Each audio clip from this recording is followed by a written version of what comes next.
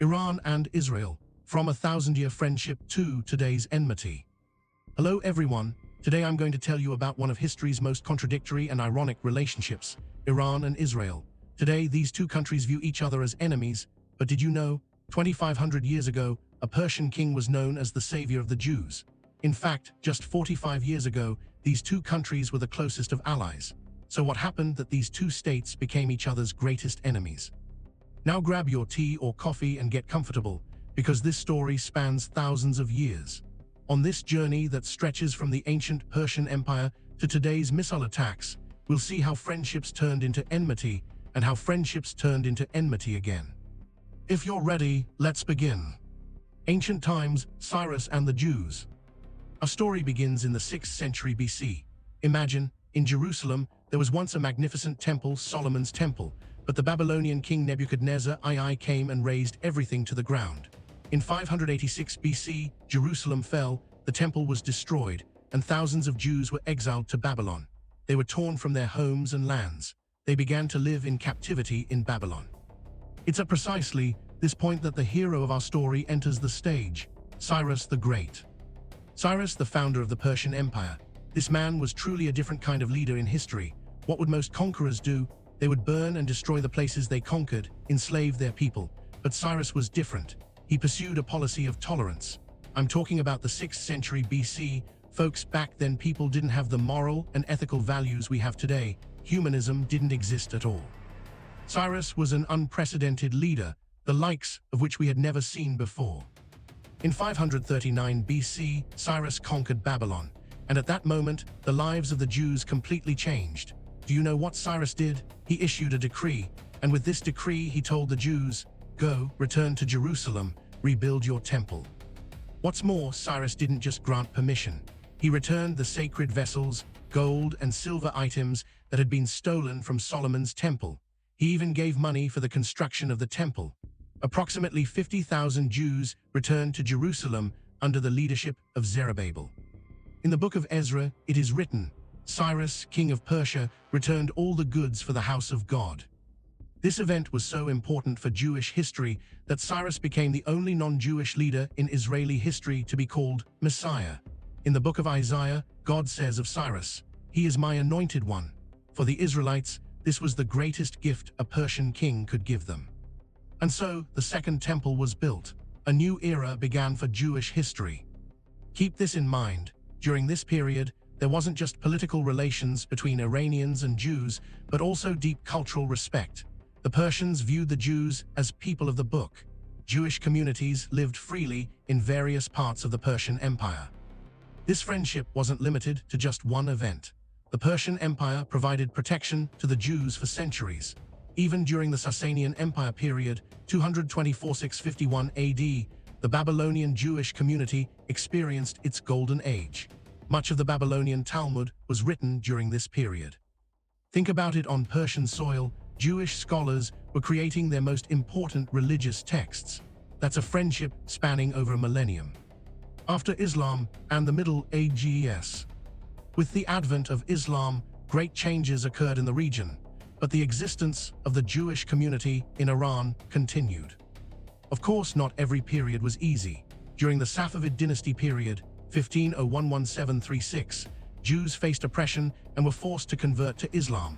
During the Qajar dynasty period, 1789–1925, as well, Jews lived as second-class citizens. But still, the Jewish community in Iran maintained its existence. There were vibrant Jewish neighborhoods in Isfahan, Shiraz, and Tehran. Synagogues were open, Jewish schools were operating. Compared to European history, which was filled with massacres and expulsions, Iranian Jews led a relatively more stable life. When we reached the 20th century, there were approximately 80,000 Jews living in Iran. And here, the story transitions to the modern period. Modern period, the Pahlavi era and friendship. In 1948, the State of Israel was established, and immediately after, the entire Arab world declared war on Israel. But guess who was one of the first Muslim-majority countries to recognize Israel? Iran. In 1950, as the second Muslim country after Turkey, Iran officially recognized Israel. Now wait, this recognition wasn't a very popular decision. In fact, the majority of the Iranian people were against it. In 1948, 30,000 people protested the establishment of Israel in Tehran. In the 1947 vote on the Palestine Partition Plan at the United Nations, Iran, along with India and Yugoslavia, voted no. Iran's argument was this plan will lead to generations of conflict. But Shah Reza Pahlavi thought differently. In the 1950s, Israeli Prime Minister David Ben-Gurion developed a strategy, the Periphery Doctrine. The idea was this: if Israel couldn't make peace with its Arab neighbors, it should befriend the neighbors' neighbors. That is, alliance with non-Arab regional powers like Turkey, Iran, and Ethiopia.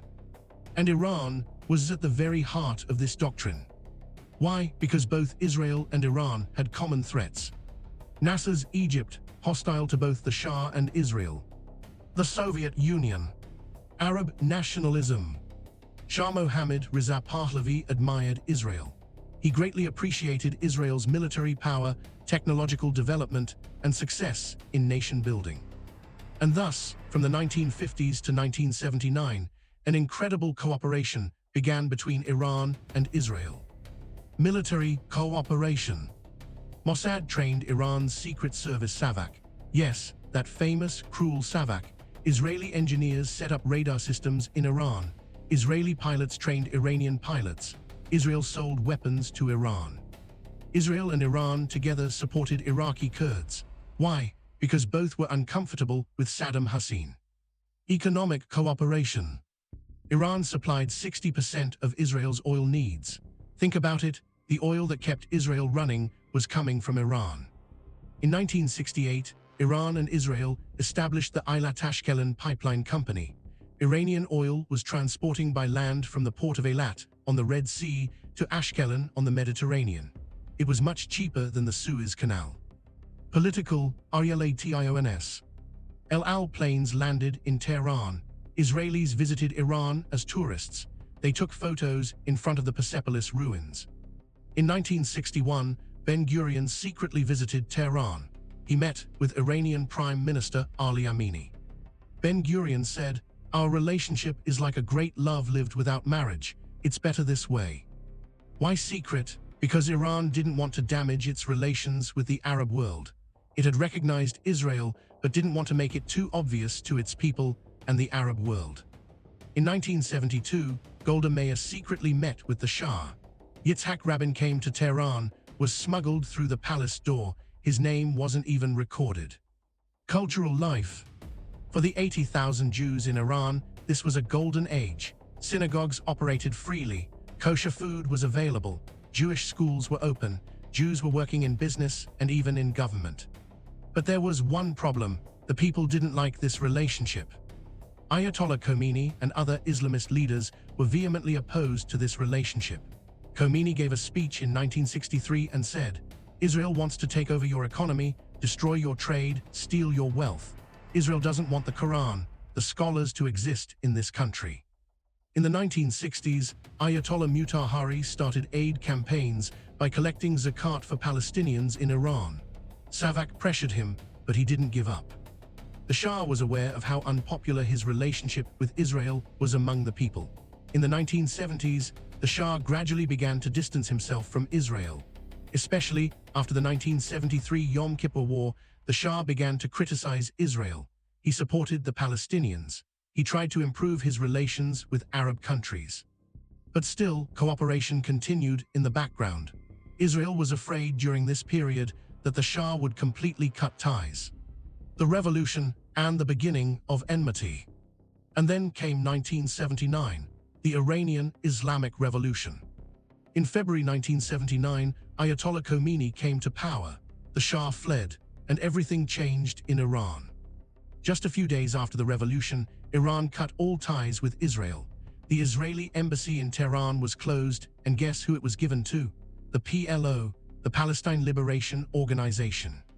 Yasser Arafat came to Tehran and raised the Palestinian flag where the Israeli flag had flown.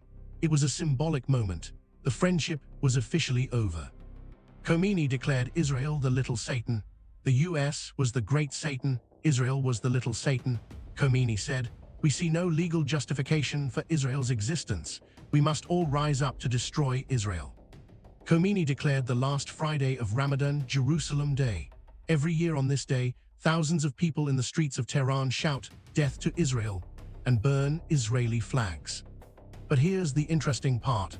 Officially, relations had been cut, but secretly some connections continued. The Iran-Iraq War and secret cooperation. In 1980, Saddam Hussein's Iraq attacked Iran. Iran was in a difficult situation. Its army had been purged after the revolution. The generals from the Shah's era had either been executed or had fled. Weapons stocks were dwindling. And do you know what Iran did? It secretly bought weapons from Israel. Yes, you heard right. While saying "Little Satan," behind the scenes it was buying weapons from Israel. Through the mediation of the US, in what became known as the Iran-Contra scandal, Israel sold weapons to Iran. Iran's rationale was this: rather than dealing directly with the US, buying weapons through Israel was a less visible pragmatism. And most importantly, the regime's survival was more important than anything else. Even though Iran rhetorically cursed Israel, in practice, it did business when it needed to. This relationship made people question, is this enmity between Iran and Israel fake? Are these two states creating fake enemies to maintain their own existence? If this theory interests you, write it in the comments, and I'll make you a detailed video about this topic. Now let's return to our subject. The Cold War and proxy wars. The Cold War ended, the Soviets collapsed, power balances in the region changed. In the 1990s, Iran developed a regional strategy, the axis of resistance. Instead of fighting Israel directly, Iran began to exert pressure through proxies. Hezbollah, Lebanon. Iran founded Hezbollah in Lebanon in the 1980s. When Israel invaded Lebanon in 1982, Iran trained and armed Shia militias, and Hezbollah was born. Hezbollah became a constant threat to Israel on its northern border. In 2006, the Israel-Hezbollah war occurred. It lasted 34 days. Hezbollah fired thousands of rockets at Israel. Israel bombed southern Lebanon. Result: both sides said we won, but the war deepened the enmity between the parties even more. Hamas and Palestine. Iran also began supporting Palestinian groups like Hamas and Islamic Jihad. It provided money, weapons, and training.